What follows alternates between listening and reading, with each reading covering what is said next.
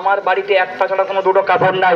ইয়া রাসূলুল্লাহ, ইয়া হাবিবাল্লাহ, আমি যখন ওই কাপড়টা পরে নামাজ পড়তে আসি, আমার বিবিটা তখন ঘরের ভিতরে দরজার জানলা অফ করে দিয়ে উলঙ্গ হয়ে বসে থাকে মাটির একটা ছোট্ট গর্তের ভিতরে।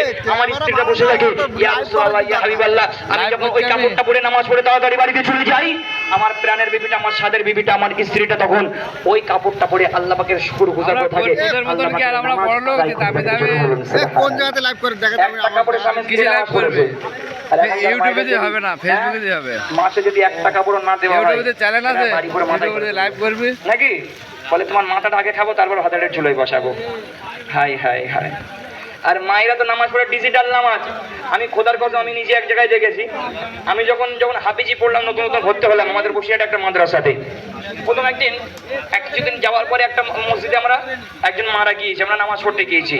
যাবার পরে জোহরের নামাজ হবে, জোহরের নামাজে পড়ার আগে আমরা সুন্নত নামাজ পড়ে আমরা সবাই সাথী ভাইরা সব বসে আছি।